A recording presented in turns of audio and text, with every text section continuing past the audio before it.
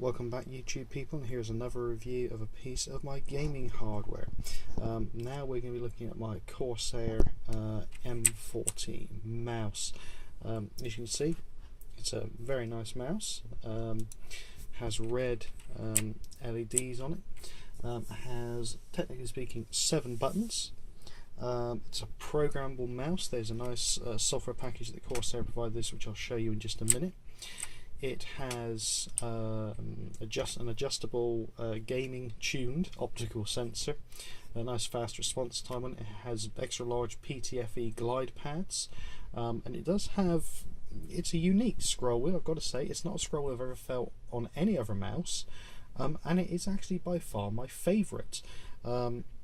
It also has macro programming ability built into its software, and it does have adjustable weights and on the fly optical sensor resolution changes from the buttons. That the DPI can be switched, and there's an indicator to tell you what you're on. It also has an onboard profile storage, so you don't have to install the software. You can actually program the software and then save it to the mouse, which is really good if you ever take your mouse anywhere to a LAN or something else where you don't use your own machine necessarily. So just a bit of a sideways view here now. You have 2 buttons, one there, one there. Obviously your bog standard 2. You have your scroll wheel here, and you have obviously a click on the scroll wheel. Just here you can see these 3 LEDs, and there's a button above and below. Now if I press up, it will increase the DPI, and down will decrease the DPI, and you can also see that the lights themselves correspond to the DPI level. It has a nice braided cable. If I just turn it over, I can show you the weight system and the pads. So if you have a look on the bottom here, these 3 unscrew and allow you to alter the weight inside them, and you have these nice pads here to enable smooth scrolling. I was going to turn it back over now and show you the software. Also, you do have this very nice Corsair logo in red at the back. Doesn't really serve much purpose, but it is there. Now moving on to the software, just to give you an example just here, you can see the software that shows off the 7 programmable zones. Obviously 1, 2, 3, 4, 5, 6, 7.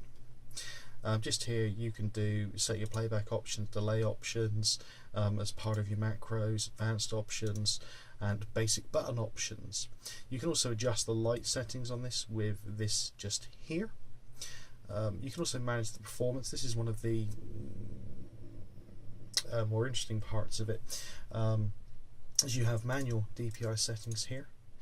You can also set obviously these stages as I'm doing, and there's also a sniper option which really drops the DPI off massively.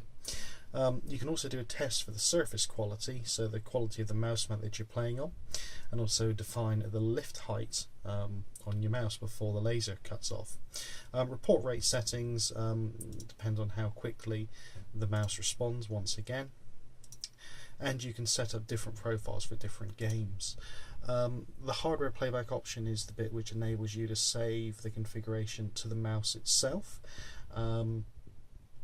Generally speaking, with this mouse, I've been using it now for probably the best part of 2 or 3 months. It replaced a Diablo 3 mouse that I have. I still have the Diablo 3 mouse, which I will put up a review of later, but I wanted to try something different.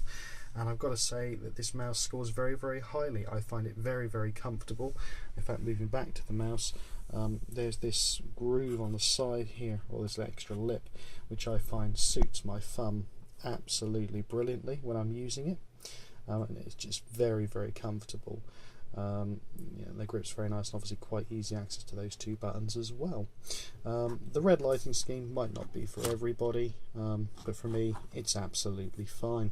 So that's all there really is to the review for the mouse there. Again, questions, comments, or please click like and subscribe, and I'll see you guys soon.